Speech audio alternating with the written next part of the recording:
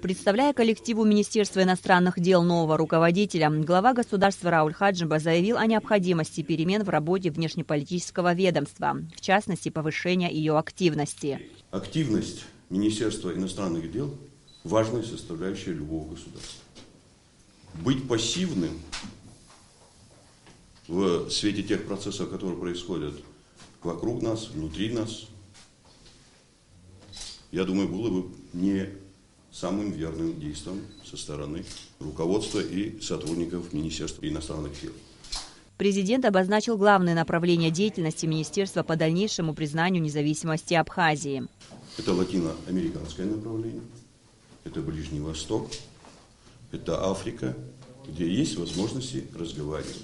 Никто не ожидает скорых признаний, это не простая работа, но работать, говорить с людьми, встречаться с теми же нашими коллегами, я думаю, это необходимость сегодняшнего дня. Глава государства подверг критике подготовленную ранее МИДом концепцию внешней политики республики. Я просил бы еще раз включиться всем сотрудникам, которые были задействованы в этой работе по концепции.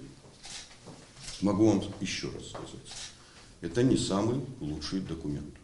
Поэтому просьба и к новому руководителю включиться в этот процесс, и документ должен быть работоспособным, а не просто изложенным и, положив его куда-то в сейф, ждать, что само по себе будет происходить та или иная работа.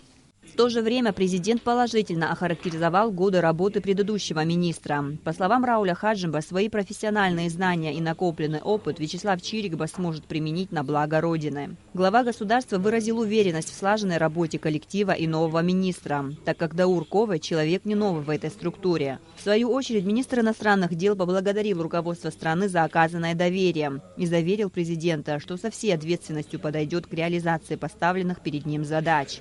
Хочу заверить вас, что все те задачи, которые поставлены вами по реализации внешнеполитического курса нашей страны, мы будем поэтапно их выполнять.